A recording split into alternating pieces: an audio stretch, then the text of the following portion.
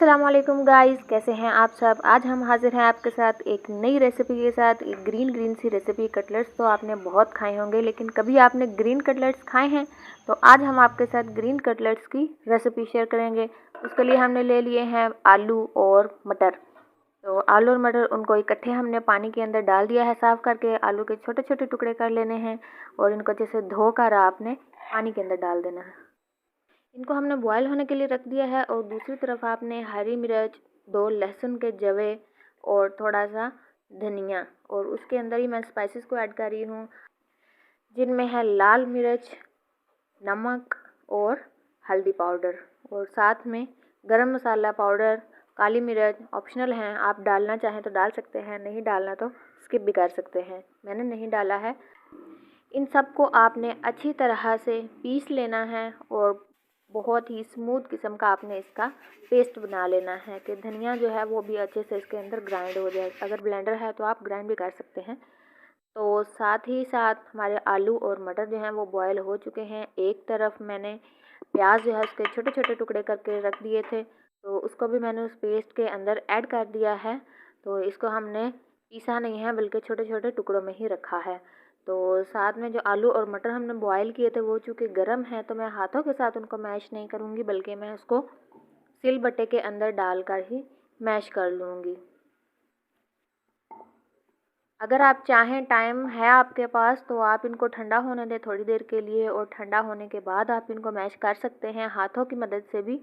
लेकिन मुझे ये वाला ज़्यादा इजी लगा, मुझे लगता है इसमें ज़्यादा अच्छे से हो जाता है। तो आप भी ये वाली ट्रिक यूज़ कर सकते हैं। चैनल पर नए हैं तो चैनल को सब्सक्राइब कर दें। वीडियो अच्छी लगे तो लाइक भी करिएगा और वीडियो को एंड तक देखिएगा।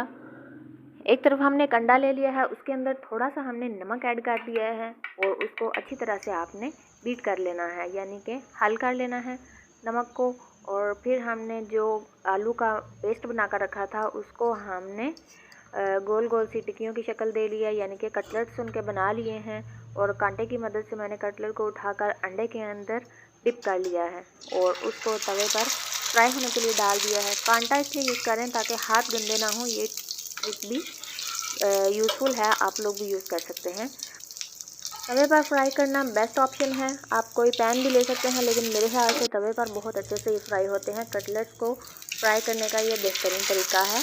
तो एक कटलेट को पहले डालें, जब वो थोड़ा सा ब्राउन हो जाए तो इसकी साइड पलट के उसको थोड़ा सा आगे सिरका दें और साथ ही दूसरे को डाल दें।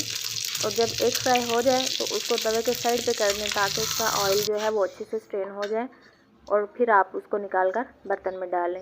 एक तरीका तो ये था कि आप अंडा लगा के उसको फ्राई कर लें, और सेकंड जो ऑप्शन है वो ये है कि आप अंडा भी लगाएं और उसको ब्रेड क्रम्ब के अंदर डिप कर लें और फिर उनको फ्राई कर लें। ज़्यादातर लोग जो हैं वो ब्रेड क्रम्ब के साथ ही इनको पसंद करते हैं। तो आप लोग भी अगर ब्रेड क्रम्ब लगाना चाहते हैं तो ये ऑप्शनल है, अदरवाइज़ अंडे के साथ भी अच्छे से फ्राई हो जाते हैं और टेस्टी बनते हैं। वीडियो कैसी लगी रिएक्ट ज़रूर किया करें, क्योंकि बहुत मेहनत लगती है। आजकल तो गर्मियों का सीज़न है, तो गर्मी में बहुत मेहनत लगती है बनाने में। वीडियो पसंद आए तो दोस्तों के साथ भी शेयर किया करें, चैनल को सब्सक्राइब कर दिया करें, हमें बहुत अच्छा लगता है। हाजिर होंगे एक नई वीडियो के साथ, एक नई रेसिपी के साथ, बहुत ही मज़े की रेसिपी के साथ। हमें अभी के लिए इजाज़त दें। अल्लाह हाफ़िज़।